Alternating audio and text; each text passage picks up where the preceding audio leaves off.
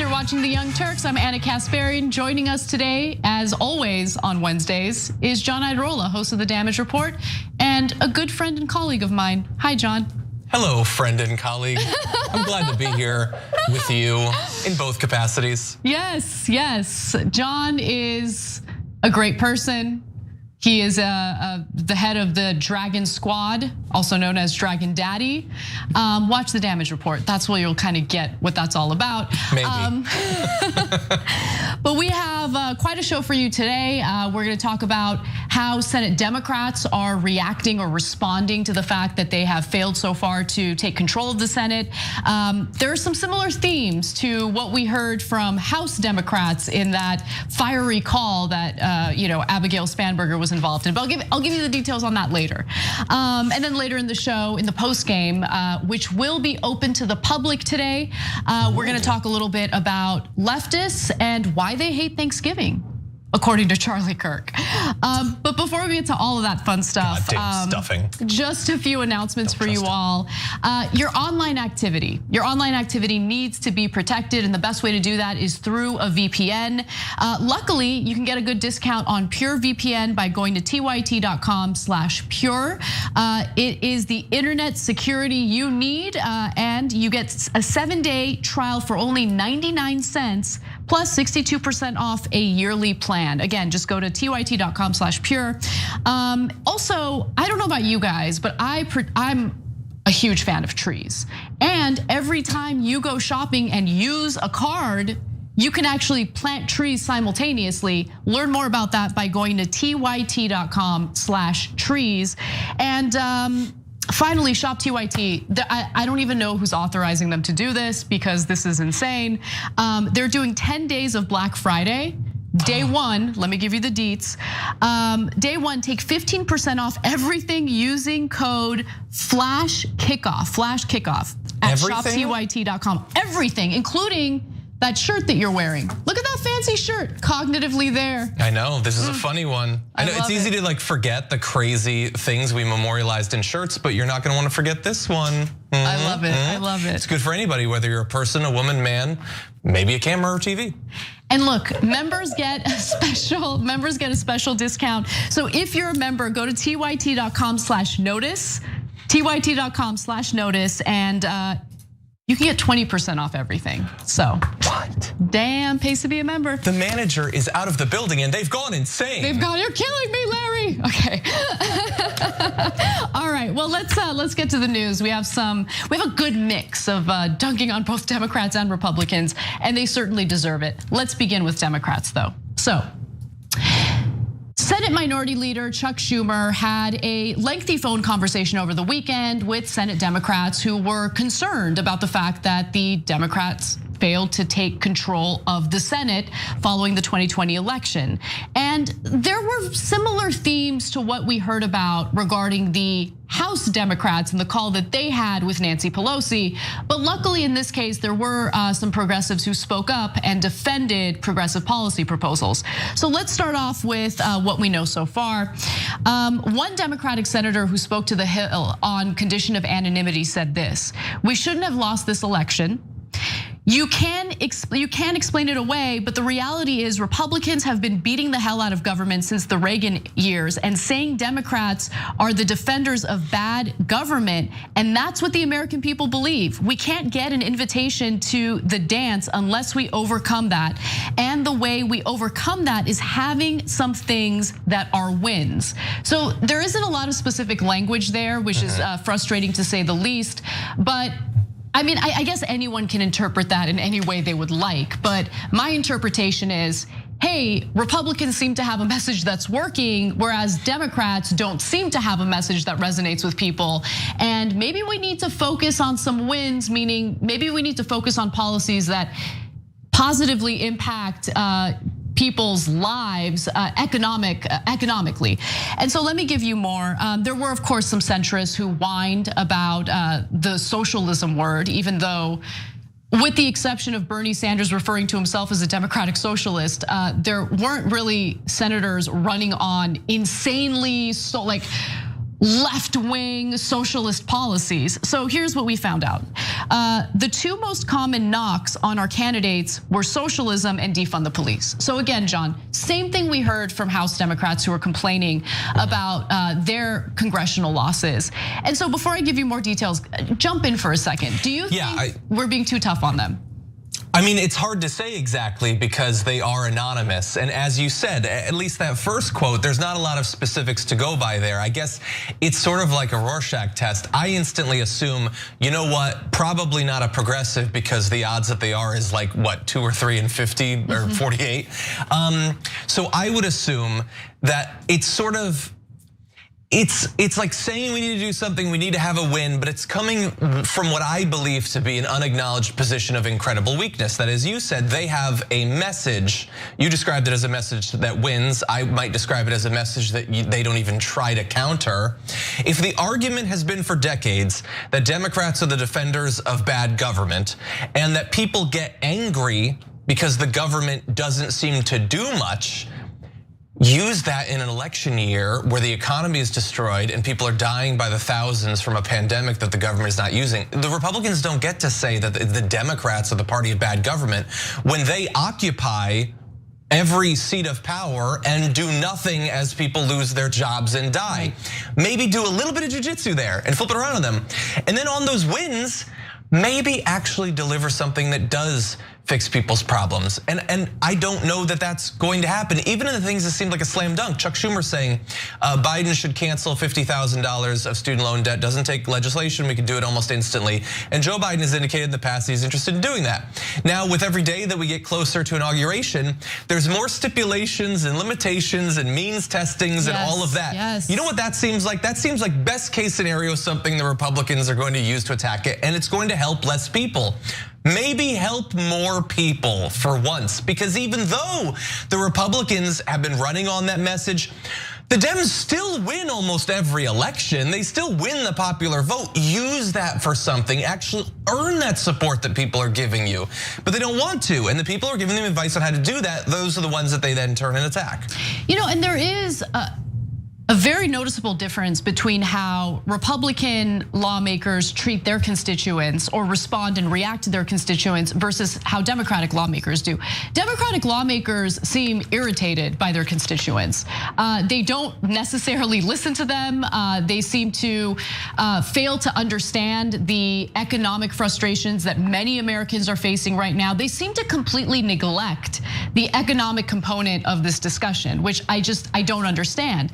At the same time, you look at Republicans and Donald Trump, for better or worse, right?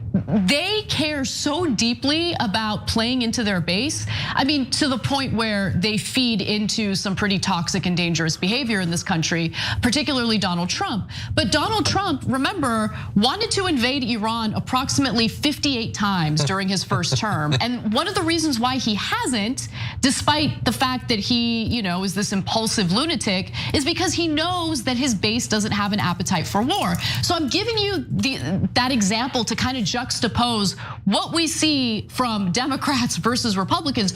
Democrats need to make the case that they're better for their constituents, that they would have better policy proposals, but they also need to stop like slapping their supporters around as we see over and over again. But anyway, luckily there were some progressives who spoke up during this meeting. Progressives argued that Republicans have moved further and further to the right and that Democrats have followed them in the rightward drift of American political debate, that we're so disconnected from working Americans, said one Democratic senator. So we don't know exactly who said that, but luckily there were some voices of reason in that conversation. And so AOC put out a little bit of a cryptic tweet today, kind of poking fun at some of the rhetoric that we've been hearing, both among House Democrats and Senate Democrats. She said this: if you say socialism 3 times in a mirror, a corporate lobbyist-backed candidate grows their wings. Yeah, the metaphors are a bit mixed there, but that happens to me too. It's funny, and yeah, it's this mythic quality that we give to that word, that even if you take for granted that it works, that it matters that they call you a socialist, This is not new. They've always done it. They will always do it. You could run Chuck Grassley as the Democratic nominee. They'd call him the socialist Chuck Grassley. You can rest assured of that. They're calling Joe Biden a socialist. Yeah. They're calling Joe Biden a socialist. The guy who was up on that debate stage talking about how much he loves fracking. No, that guy is not a socialist. He's not. I mean, the guy who had his meeting with Wall Street donors to tell them, don't worry, nothing will fundamentally change under my leadership. That guy's a socialist, really? They're gonna call their political opponents socialists no matter what. The question is your leadership, right? The way that you're representing your constituents powerful enough to overcome name calling by Republicans? And clearly it's not. And so if they're worried, they need to reconsider what their priorities have been. And it is hard to reprioritize when maybe your campaign donors don't want you to focus on economic solutions. Yep. But I can tell you this, that would definitely fire up voters, and it would lead to quite a bit of support, especially at a time when we still haven't received another economic stimulus package as this pandemic rages on. All right, well, let's talk a little bit about Michigan, because we had some bad news yesterday, but luckily that story developed into a little bit of good news. So, Republicans in the Wayne County Board of Canvassers in Michigan blocked the certification of the presidential results. Now, that was the big news yesterday, but luckily that county, which includes Detroit, did vote for Joe Biden, and now it turns out that shortly after blocking the certification, that board later unanimously voted in favor to certify the election results. So the Michigan Secretary of State, Jocelyn Benson, has more on this. Let's watch. The Wayne County Board of Canvassers actually reversed their past decision and voted 4-0 to certify the full results, including the city of Detroit, for Wayne County. Now, why would they do that? Well, it appears that the truth won in this scenario. Basically, the evidence is clear. There were no irregularities. There was no evidence of widespread fraud. And in fact, there were simply minor clerical errors, as we were discussing, actually less clerical errors than in past election. And that really isn't a valid reason, in my view, and apparently, ultimately, the board to invalidate and silence the voices of voters in the state's largest county. So I think they did the right thing. They performed their duty, and they certified the election for the voters in Wayne County. Now, I do think it's problematic that the two Republicans on that board refused to certify the election results initially, and they did so while repeating some of the lunacy coming from Trump's campaign. And there should be consequences for that, even though they reversed course later. And I do want to tell you why this was such a giant problem, because remember, Wayne County includes Detroit, which overwhelmingly voted for Joe Biden, and of course is a predominantly African-American part of Michigan and a part of the county. And so the head of the NAACP in Detroit, Reverend Wendell Anthony, actually called the board out on their initial decision, and I think his words are powerful. So let's take a quick look at what he had to say. You have extracted a black city out of the county and said the only one that are at fault and an issue is the city of Detroit, where 80% of the people who reside here are African Americans. Shame on you. Shame on you for leading to this level of corruption. You have disavowed your right to even sit in the seat that you occupy.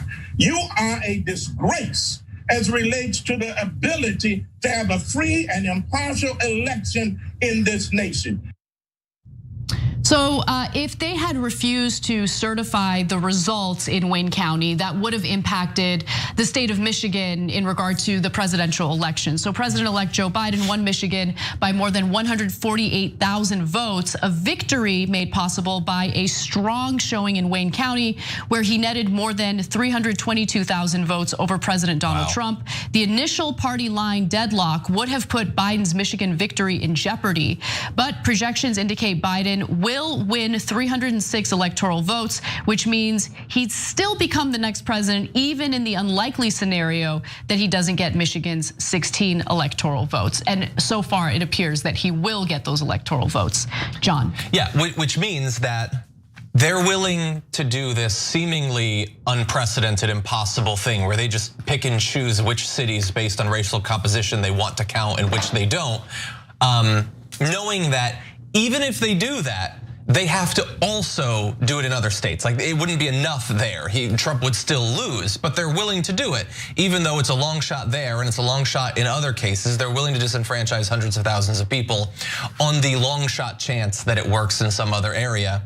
And it is amazing that we're seeing this not only in Detroit, but also, Atlanta, we're seeing much of the same thing in Georgia, that it's really sort of completing the full Republican approach to democracy going forward. We'd had 2/3 of the strategy up until this election, where before the vote, if you were black, you were gonna find God knows how many obstacles to registration and actually being able to vote and all of that. When you go to vote, you're gonna have to wait in long lines because they've selectively culled polling or ballot places to vote in areas where black voters are more common. And you're likely to get intimidated, and there will be Proud Boys and all of that. Now, even if you go through all the obstacles leading up to Election Day and you actually go and manage to vote, now they are becoming incredibly comfortable with just selectively trying to weed out your vote afterward. It's like the closing of the circle there. And it would be nice to think that this is just a Trump thing, that Trump's crazy and so he's got Rudy Giuliani going off there and that's why you're seeing this, but is it gonna be? Is Tom Cotton or Tucker Carlson in 4 years? If it's imagine if it was just one state. This isn't enough. Like Detroit flipping wouldn't actually get Trump the presidency, but what if it was? What if in the next election it's just one state? Do you think that they're gonna be shy? Like Florida? Yeah, about Florida or God knows where. Maybe it's Arizona next time. Maybe it's Nevada. Maybe Las Vegas. Maybe their votes need to not count next time. I don't know. Yeah, I mean, and I love that you brought up all the various ways in which the Republican Party, under the leadership of Donald Trump, tried to intimidate voters or spread all sorts of disinformation regarding mail-in ballots. We also had Louis DeJoy, who's still currently the Postmaster General, dismantling the post office's ability to process an influx of mail-in ballots. I mean, to be quite honest with you guys, I did not think that based on all of the actions that were taken by Republicans prior to the election, that it was gonna be a free and fair election. I didn't think that Joe Biden had a chance because of all of these various disadvantages. But he managed to win 306 electoral votes, despite all of those challenges, despite the voter intimidation. And yeah, Republicans just pivoted on to a different talking point and a completely different narrative of how this entire election was rigged. The fact that you have Republican lawmakers right now who behind the scenes acknowledge that Joe Biden is the president-elect, but then publicly enable Donald Trump tells you everything you need to know about Republican lawmakers. They are out for themselves. They only care about their own political futures, their own careers. Doesn't matter if our democracy is completely destroyed in the process of their own self-serving actions. That's our government. And so I think I can understand why so many people are not so trusting toward our government, but we need to change that. We need to elect these types of people out. And the only way to do that, to be quite honest with you, is to actually listen to the American people and what they genuinely want in this country, what they need to live happy, prosperous lives. And right now, I'm not really seeing much of much attention to those issues by either party. Anyway, we'll have 4 years to talk about that in more detail, but let's take a quick break. When we come back, we'll talk about how Trump is retaliating against government officials who aren't going along with his disinformation campaign regarding the election.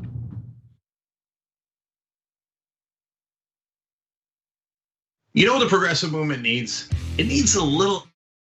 Everyone who contributes at tyt.com/go helps to get the progressive message out. You guys are the best. So let me do shout outs here. Mark H in Maryland, $50. William in West Virginia, $27. Carissa in Oklahoma, $5. Jude in California, $50. Robin in New Jersey, $50. Steven in California, $420. We love you guys. You help us beat back all the right wingers with all their billionaire money. Let's do it together at tyt.com/go. PragerU is a right-wing media outlet that gets $20 to $25 million a year from billionaire backers. TYT doesn't have billionaires cutting us checks, but the good news is that we don't need them. Okay. Okay.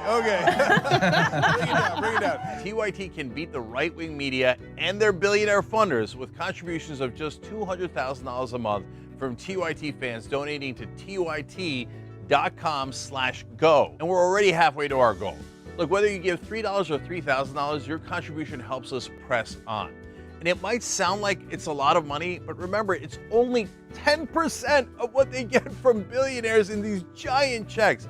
And with 10% of their money, we're mauling them. And we can continue to get that progressive message out to everybody. And since we're only accountable to you, our fans, and not to corporate backers, we can cover topics like Medicare for all, Green New Deal, and definitely getting money out of politics. When somebody's the president of the United States, the authority is total, and that's the way it's got to be. 2020 is everything.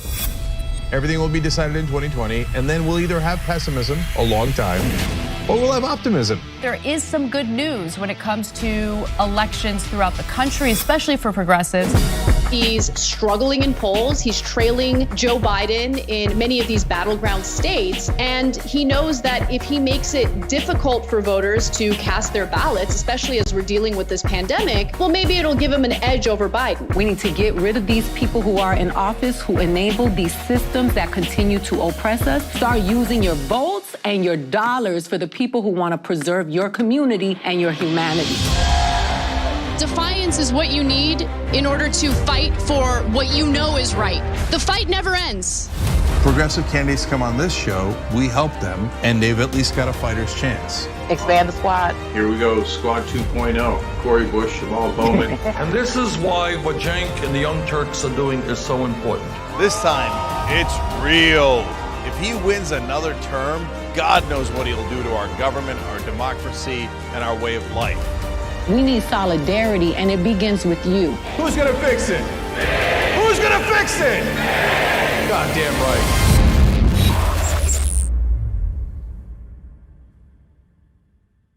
I'm back to gaslighting. Did you and I talk about gaslighting on Old School? Probably. That boss gaslit all his female employees. People who manipulate others like that make you feel like you're the weirdo. Why won't you punch yourself in the face?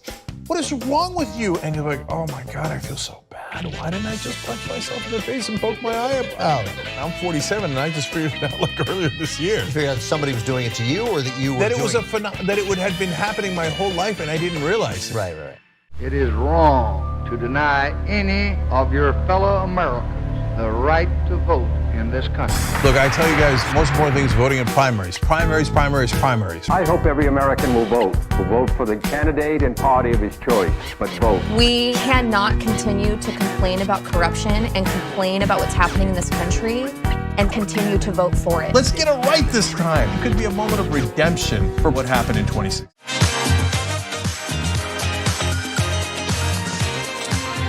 Welcome back to TYT. Anna and John with you. Just a quick correction on one of our partners that I told you about during the last segment. So if you're looking to get a VPN in order to protect your online activity, PureVPN is the way to go. And the URL to check out is tyt.com/PureVPN, tyt.com/PureVPN. Also, as you guys know, we are fundraising to keep TYT sustainable till the end of the year. That's when our fundraising efforts will be over. So each month we're trying to raise a certain amount of money. Let's take a quick look at where we are with our fund thermometer. All right, so the goal for November is 200,000 and we're up to 71,066. If you have any interest in contributing, any amount helps, even if it's $1, $5. We love being able to only be accountable to you guys. And so having you guys fund this show gives us the opportunity to do all the programming we do, all the specials we do.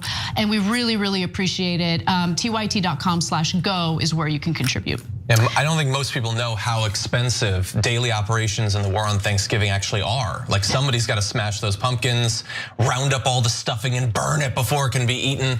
And that takes a lot of money. I can't wait to talk about that story. We will. But let me just say, minus what the historical context is, right? I love Thanksgiving. I love like what Thanksgiving has like morphed into, right? I love being with family. I love eating a good meal with family. It's just, anyway, we'll talk about conservatives and their lunacy later. But right now, let's talk about Trump's lunacy because that's still happening. So Donald Trump has fired the top cybersecurity official over the fact that this official had the audacity to say that we had an election that was totally safe, that didn't have any problems, no widespread fraud. But of course, that goes against Donald Trump's narrative that he lost as a result of widespread fraud. Fraud that he and his lawyers, Rudy Giuliani in particular, have failed to provide any evidence of. And so what did Trump do? Well, he fired Christopher Krebs and he did so on Twitter. Here's what he wrote. The recent statement by Chris Krebs on the security of the 2020 election was highly inaccurate in that there were massive improprieties and fraud, including dead people voting, not true. Poll watchers not allowed into polling locations, not true.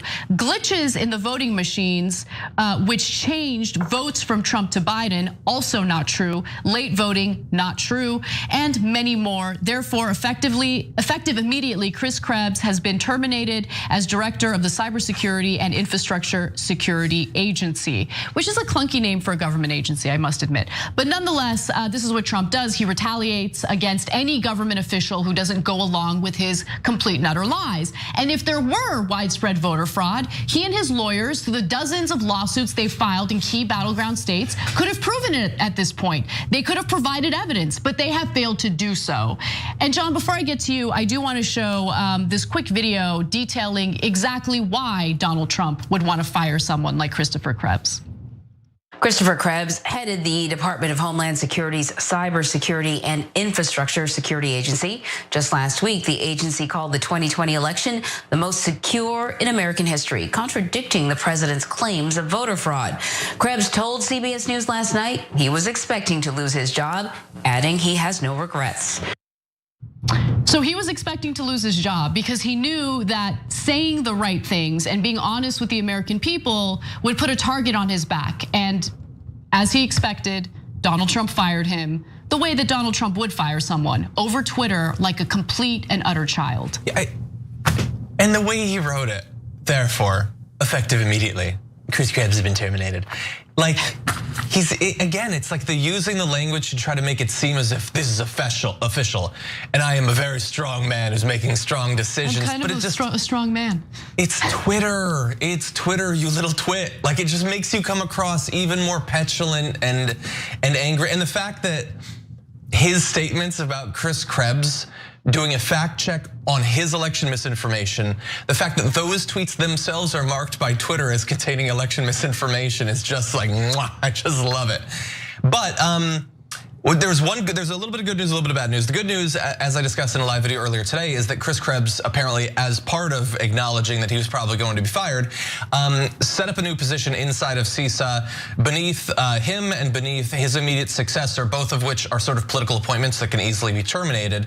Another person that he chose that is not going to be as easy to fire. So this is not one of the cases where Donald Trump is necessarily going to immediately get the political hack and flunky that he wants in charge of that agency. So that's good information. The bad news, I guess, is that like with the changes to the Department of Defense over the past couple of weeks, seeing Donald Trump, this embattled wannabe strongman on the verge of, in theory, conceding or maybe not, clearing out all of the people who dare to show any disloyalty to him, doesn't mean that he's going to seize power or whatever, but these are the things you would do if that was what your plan was.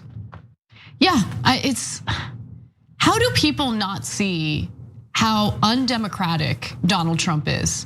How do you, I get feeling frustration when your preferred candidate doesn't win. I totally get that.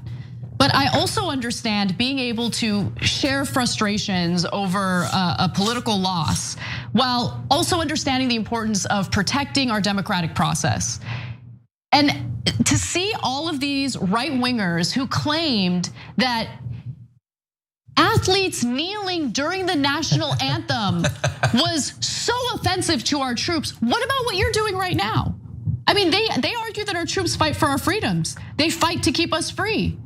But in this case, you have Donald Trump retaliating against people, government officials who are doing their jobs appropriately, doing the right thing, but they had the audacity to speak out or contradict Donald Trump's lies about election meddling or election fraud. And as a result, that's totally fine. Because hey, it's Donald Trump. As long as Donald Trump says it, it's totally fine to dismantle our democratic process. Great. But these people don't get to say whatever they want to say about Colin Kaepernick or whoever, not supporting our troops or not respecting our troops, when everything they're doing right now is enabling the type of undemocratic behavior that our troops are supposed to be fighting against. Yeah. Anyway, I do want to also share Krebs, the last tweet in response to this put out by Krebs. He said, "Honored to serve. We did it right. Defend today, secure tomorrow. Hashtag protect 2020. So I know nothing about his politics. It doesn't matter. He stood up for himself, and that's very rare to find in government these days. And there was a funny moment too, because as you probably noticed in that tweet, he misspelled tomorrow, and he quote retweeted it. "I can't believe I misspelled tomorrow." In his strong final message. Typo. They really are like you and me. I know. All right, well, let's move on to some coronavirus news.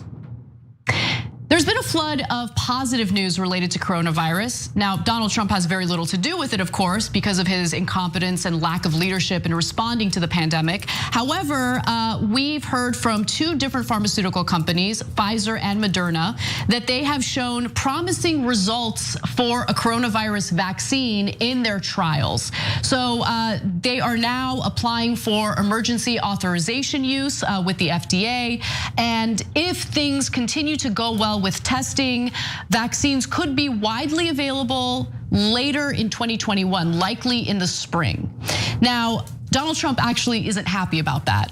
And it's not that he is concerned about getting the vaccine quickly enough so people say, we can save lives, so healthcare workers aren't worried about risking their lives as they're treating coronavirus patients. He doesn't care about any of that.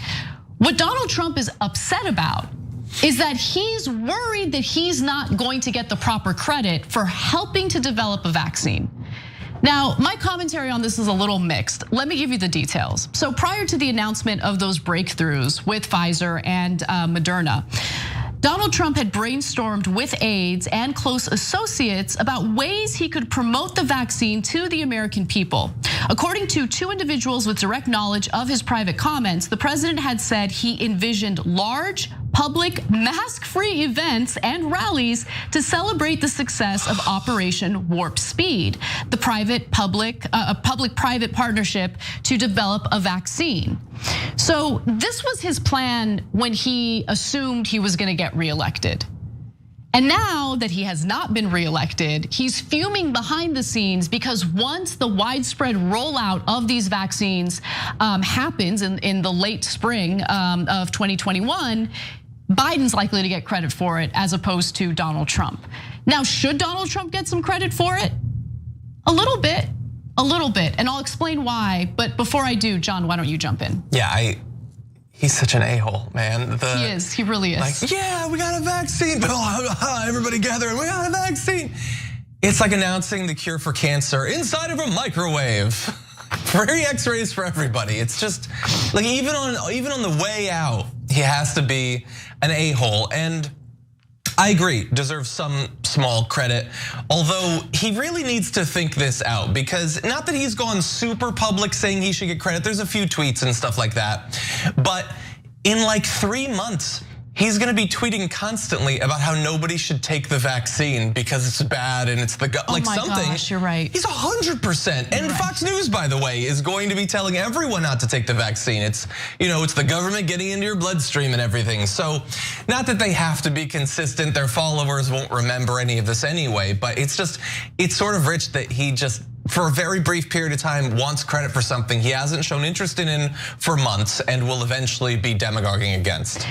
Yeah, and he was planning on doing these press conferences where he was going to unveil various headlines, negative headlines about his handling of coronavirus, and then he'd be like, but now there are vaccines, so he wanted to do this whole strike back vengeance thing. And he's upset that he's not gonna be able to do that now. But anyway, Trump has been complaining about how he's unlikely to get credit pretty openly. So here's an example of one of his tweets on this. He says, another vaccine just announced, this time by Moderna, 95% effective. For those great historians, please remember that these great discoveries, which will end the China plague, God, he's such a bad person, all took place on my watch. Okay, all right, Donnie, okay. Let's all calm down. Let's talk about the details and whether or not he deserves some credit. So much like other administrations, the federal government does provide research and development money for a lot of these pharmaceutical companies who then create various medications, drugs, pharmaceutical drugs, and then they proceed to turn around and gouge the American people. So does the government help fund the research and development of drugs and vaccines? Yes, absolutely. Did that happen in this case? Yes and no. So Pfizer actually did not take any of the federal government funding under Operation Warp Speed. They did take money from the federal government by essentially allowing the federal government to buy a large volume of doses of the vaccine, right? But in that sense, the government is essentially a consumer buying doses of the vaccine for the American people. Yep. But Pfizer did not take research and development money from Donald Trump or the Operation Warp Speed initiative. Now, Moderna did. Moderna took quite a bit of money, and I think it's relevant to mention that. So Moderna took about $1.5 billion for 100 million doses of the vaccine. But prior to developing the vaccine, they did take $1 billion in funding for the design and testing of the vaccine. And that money did come from Operation Warp Speed. So there you go, we're fair here, right? I'm gonna dunk on Donald Trump where he deserves it. And he definitely deserves it when he's being like a little baby about not getting the proper credit. But in this case, with Moderna, he did provide the funding, and I think that he deserves credit for that. But any opportunity he has to do something well, any opportunity for positive coverage of his actions, he immediately diminishes it or destroys it by acting like a complete and utter child. Yep. 250,000 Americans are dead because of how poorly you've handled this pandemic. You should be more concerned about ensuring that you help to save people's lives, but instead he's concerned about like, I'm not gonna get to do my little party. Yeah, and get more people sick. Yes, so with one more than the other, he deserves some sort of nominal credit. I think that the reason that he's claiming credit for both, when one was provided funding to and the other was not, is that he doesn't know and he doesn't care. He has absolutely no idea because, and this is probably gonna be a mind blower, and I don't know for sure, I'm gonna guess he had absolutely nothing to do with the funding for this. I mean, he's president technically, but I doubt he set the level. I doubt he was coordinating with them. He literally hasn't even gone to a coronavirus task force meeting in months. It happened under his watch, but did it have anything to do with him? No, it's very easy to give away other people's money, honestly. And in sort of the context of his overall approach to coronavirus, I'm not gonna work too hard to give him credit. And by the way, if he wants to get credit for the coronavirus related things that happened under his watch, this is not the only thing having to do with the pandemic that happened under your watch, buddy. Whether you were actually watching or not, a lot of bad stuff happened. As you pointed out, 250,000 people already have died. Maybe 100,000 more will die between now and when you're finally kicked out of the White House. All of that also happened under your watch. And I have a feeling that whether the American people in the end credit him or Joe Biden, or I would argue maybe the scientists the most with getting the vaccine, I think history will remember his effect on the pandemic pretty clearly. Also, I mean, he knows what's likely to happen because he was ready and willing to take credit for the economy when we know damn well that the economy had already begun to improve under Obama. And then as soon as Trump's elected, he just had the opportunity to ride that wave. And by the way, the huge caveat to that is the economy improved for people invested in the stock markets. But that's not the case when it came to the vast majority of Americans, many of whom don't have the income necessary to invest or save. But he loves to take credit for things that he hasn't accomplished. So he's worried about someone else doing that to him. And I just think it's hilarious. Frida Lucha from our members comment says, my little brother who is 13 said that Trump is like a kid tweeting, You can't sit with us because you're not in the cool club anymore, Chris Krebs. I love it. Chris Krebs, of course, the cybersecurity official who was fired because he went against Trump's ridiculous, deceptive voter fraud narrative. Anyway, you can become a member by going to tyt.com/join, where we read your comments and respond. Anyway, we're gonna take a quick break. When we come back, we already have some pretty bad news coming out of President-elect Joe Biden's upcoming administration. He just chose someone to serve in his administration who does not have a good record when it comes to climate change. We'll give you the details on that and more when we come back. Are you a politician with a ridiculous point to make? Everyone who contributes at tyt.com/go helps to get the progressive message out. You guys are the best. So let me do shout outs here. Mark H. in Maryland, $50. William in West Virginia, $27. Carissa in Oklahoma, $5. Jude in California, $50. Robin in New Jersey, $50. Steven in California, $420. We love you guys. You help us beat back all the right wingers with all their billionaire money. Let's do it together at tyt.com/go. PragerU is a right-wing media outlet that gets $20 to $25 million a year from billionaire backers. TYT doesn't have billionaires cutting us checks, but the good news is that we don't need them. Okay. Bring it down. TYT can beat the right-wing media and their billionaire funders with contributions of just $200,000 a month from TYT fans donating to tyt.com/go. And we're already halfway to our goal. Look, whether you give $3 or $3,000, your contribution helps us press on. And it might sound like it's a lot of money, but remember, it's only 10% of what they get from billionaires in these giant checks. And with 10% of their money, we're mauling them. And we can continue to get that progressive message out to everybody. And since we're only accountable to you, our fans, and not to corporate backers, we can cover topics like Medicare for all, Green New Deal, and definitely getting money out of politics. When somebody's the president of the United States, the authority is total, and that's the way it's got to be. 2020 is everything. Everything will be decided in 2020, and then we'll either have pessimism a long time, or we'll have optimism. There is some good news when it comes to elections throughout the country, especially for progressives. He's struggling in polls. He's trailing Joe Biden in many of these battleground states. And he knows that if he makes it difficult for voters to cast their ballots, especially as we're dealing with this pandemic, well, maybe it'll give him an edge over Biden. We need to get rid of these people who are in office, who enable these systems that continue to oppress us. Start using your votes and your dollars for the people who want to preserve your community and your humanity. Defiance is what you need in order to fight for what you know is right. The fight never ends. Progressive candidates come on this show, we help them, and they've at least got a fighter's chance. Expand the squad. Here we go, Squad 2.0. Corey Bush, Jamal Bowman. And this is why what Cenk and the Young Turks are doing is so important. This time, it's real.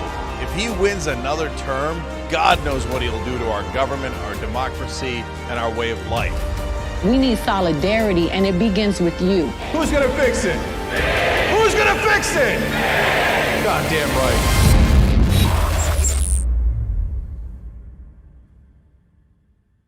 I'm back to gaslighting. Did you and I talk about gaslighting on Old School? Probably. That boss gaslit all his female employees. People who manipulate others like that make you feel like you're the weirdo. Why won't you punch yourself in the face? What is wrong with you? And you're like, oh my God, I feel so bad. Why didn't I just punch myself in the face and poke my eye out? I'm 47 and I just figured it out like earlier this year. You figured out somebody was doing it to you, or that you were that it was that it would have been happening my whole life and I didn't realize it. Right. It is wrong to deny any of your fellow Americans the right to vote in this country. Look, I tell you guys, most important thing is voting in primaries. Primaries. I hope every American will vote for the candidate and party of his choice, but vote. We cannot continue to complain about corruption and complain about what's happening in this country and continue to vote for it. Let's get it right this time. It could be a moment of redemption for what happened in 2016. Welcome back to TYT. I feel like randomly letting you guys know that we're currently working on plans to go back to a 2-hour show. It's in the works. I'm not going to give you a firm date yet because things can obviously change. Coronavirus is surging, so we got to be careful. But I'm really looking forward to filling you guys in on my home projects. Because that's what we used to do in the post game. We used to talk about personal stuff. But you've been doing some? Oh, yeah, what? Of course. Like the news, it's not even about news. Like it's my way of being creative. Like that's I guess my artistic creativity is home stuff. Like awesome. Remodeling, redecorating, learning how to do things with my hands. I love it. It's so good. I love power tools. Anyway, power tools are fun, man. That sounds awesome. Like, yeah, I mess with the miter saw and a table saw and a circular saw. So much fun. Anyway, own multiple saws? I do. I love them. So I have no room to store them because I live in a condo, but it doesn't matter. I find ways to I'm like a little squirrel with power tools. I have them like buried, like all over the place. Anyway, all right. I wanted to read some comments real quick. So No More Trigonometry says, maybe Democrats would win more seats if they stopped running as Republican light and undermining progressives. Totally agree. And No More Trigonometry, I recommend you read the full article on that meeting with Schumer, because they did, some of the senators, Democratic senators did bring that up. They had a problem with the fact that Schumer backed Amy McGrath, for instance, who was certainly Republican light, and they could have gone in a different direction. They've now been blacklisted from the party. Well, probably. Lieutenant McGee says, of course, socialism and defund the police were used as GOP battle cry. Even fellow Democrats are criticizing them, which validates it. Totally agree. What Dems should be doing is supporting and attacking the GOP instead of just playing defense. I think that's the best point. I just wish that they were a little more united. There was a little more solidarity. I mean, you certainly see that on the right. And I wish they came up with an offensive battle plan rather than constantly playing defense. Gabby Marita says Russian election interference isn't half as sinister as the election interference being attempted by Republicans. You guys are the best. All right, you know what? I'm gonna read one super chat. Thomas Johnson says, it is critical that progressives push Joe Biden to live up to his promise regarding a public option in healthcare. In addition to getting more people healthcare, the public option would expose inefficiencies of the private system, leading to single payer down the line. Thomas, I could not agree with you more on that statement. However, this next story that I'm about to share with you is foreshadowing. But who knows? Maybe if progressives fight hard enough, we can get some things accomplished. We'll see. So, I don't know why it's not coming out. Louisiana Congressman Cedric Richmond, who has taken vast contributions from the fossil fuel industry, will serve in President-elect Joe Biden's administration. So this is a problem, especially considering what Richmond has been chosen for. Richmond, a national co-chair to Biden's presidential campaign, will leave his House seat to serve as a senior advisor with the title of Director of the Office of Public Engagement. Richmond is also expected to serve as a liaison with the business community and climate change activists. So as someone who's taken a considerable amount of money from the fossil fuel industry, it's strange to put him in a position where he would be, dealing with any type of climate activism.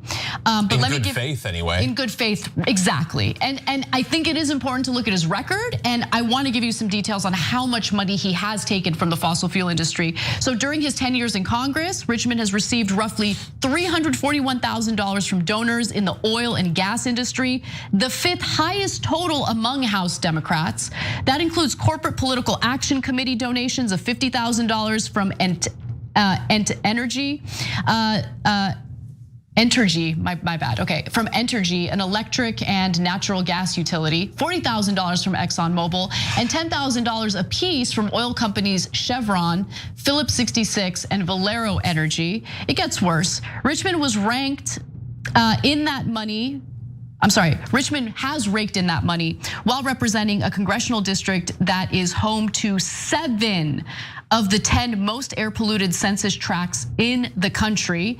And also during the climate crisis that has battered his home state of Louisiana, Richmond has joined with Republicans to vote to increase fossil fuel exports and promote pipeline development. He also voted against Democratic legislation to place pollution limits on fracking, and he voted for GOP legislation to limit the Obama administration's authority to move more stringently regulate the practice. So he not only takes money from fossil fuel companies, he also acts on that influence by those campaign donations. Yeah. So John, as someone who cares deeply about climate change and covers it extensively on your show, I love to hear your thoughts. They're not good. Bad. Yeah, no, it's yay, great. And it would be one thing if it was like you could, in theory, he could have chosen this guy for a number of different positions that have very little to do with climate change. I mean, I would argue that the range of jobs that have to do with climate change are pretty broad, but you could have found something a little bit more removed from directly serving as the liaison to these sorts of groups. But they haven't, either because of a conscious decision that they don't care about this, a lack of commitment to proper, not vetting necessarily because it's public information, but actually caring enough to prioritize choosing someone without these sorts of ties, or theoretically as a trial balloon just to let people know what direction they're going in terms of their staffing. Mm-hmm. And when I saw this sort of thing, obviously, initially you had that pang of like, oh, come on, seriously? And I think that that's sort of a residual thing where leading into Biden choosing his cabinet, if you'd asked me, is Biden gonna keep all of his promises? I would have said no, but you can still have that latent hope that, hey, maybe he'll do the right thing in a way no politician does, which doesn't turn out to be true. And what I then retreat to is the position of, how did we present Joe Biden when we were supporting him for the months leading up to the election? Very consciously as our preferred opponent out of the two. And this is the sort of thing an opponent does. And then you have to respond accordingly. And thankfully, people who care about climate change are responding to this, putting pressure on them to not actually keep him on that position.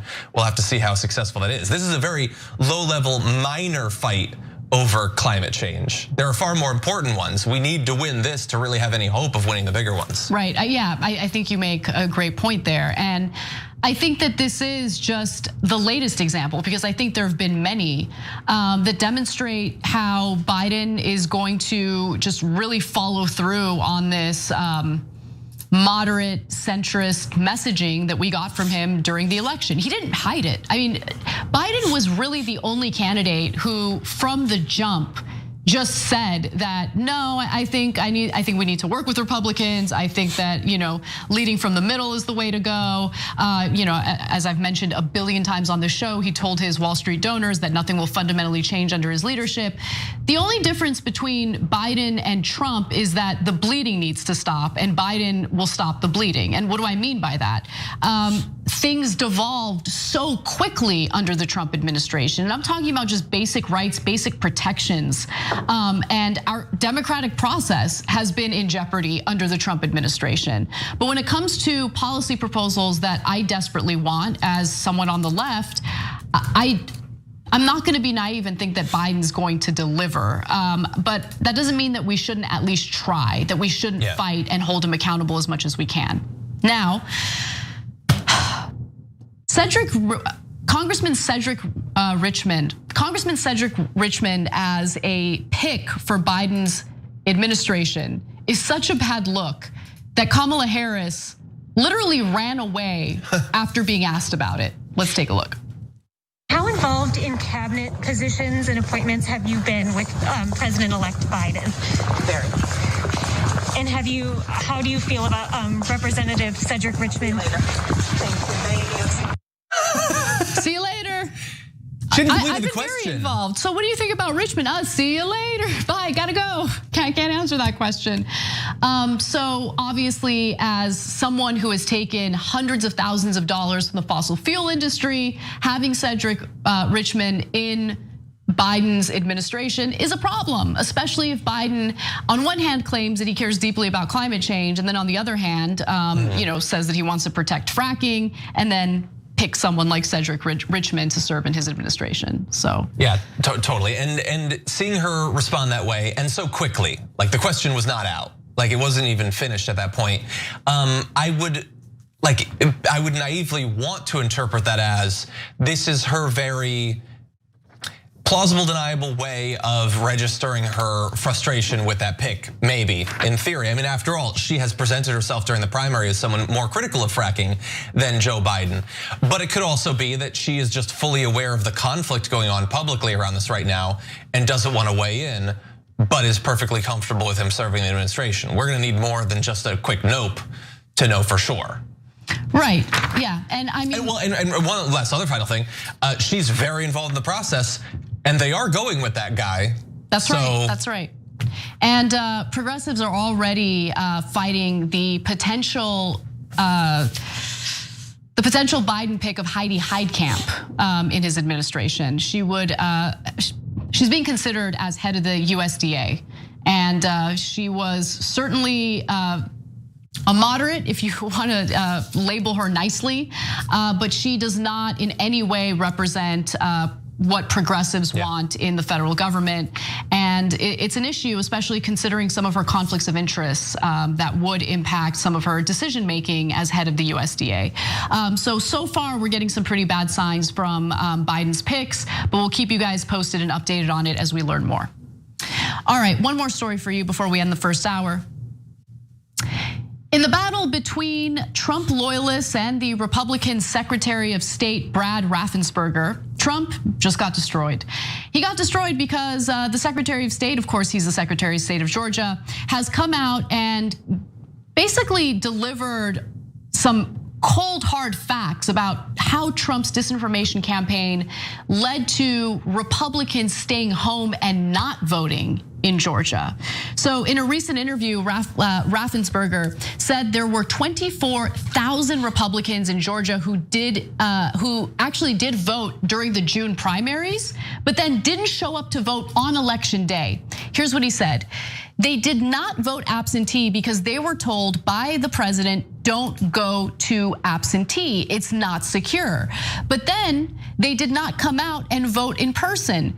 He would have won by 10,000 votes. He actually suppressed his own voting base. But it's so true. I mean, John, take it away. Do you want people to vote or don't you? Well, I mean, we already know that answer. But you get that like some people support you.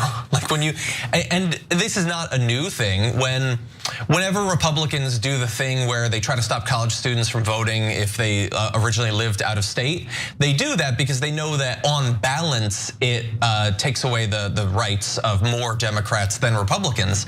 But every single time they do that, they do still disenfranchise some Republicans. They're just comfortable with that because they don't care about those people. But like overall in a close election, maybe do the thing that results in more of your people coming out, especially if you're as confident about how committed and passionate your voters are. You've been saying that month after month. Well, then actually rely on that and have people vote and assume that you can win based on that. Yeah, it is pretty incredible, right? Because I remember prior to the election happening, there were a few Republican lawmakers who spoke out. I mean, they didn't speak out publicly, but they did speak to reporters to say, look, we're concerned that this is going to, he's unwittingly suppressing Republican voters by spreading this disinformation about mail-in ballots. And that didn't get as much attention as I thought it would. And I was curious to see if their predictions would come true, and it did. So at least in some cases, like in Georgia, where the election was somewhat close, Trump could have won, but his misinformation ended up coming back to bite him in the butt. And Raffensperger and his wife, unfortunately, are receiving all sorts of pretty terrible death threats as a result of Donald Trump attacking him. Kelly Loeffler and David Perdue are demanding that he step down, even though he did his job appropriately. There was no widespread voter fraud. One message sent to him and his wife read this: your husband deserves to face a firing squad. Wow. You better not botch this recount, another message read. Your life depends on it, a third message sent to the Republican official's wife said. The Raffenspergers should be put on trial for treason and face execution. So that's what they're unfortunately dealing with. But I do give him a great deal of credit. I don't agree with him on policies. We're not in the same political party, but I do give him quite a bit of credit for sticking to his guns and understanding the importance of maintaining our democratic process. It's hard to come by in government these days, especially among Republicans. Post game is next, free for everyone. We'll see you there.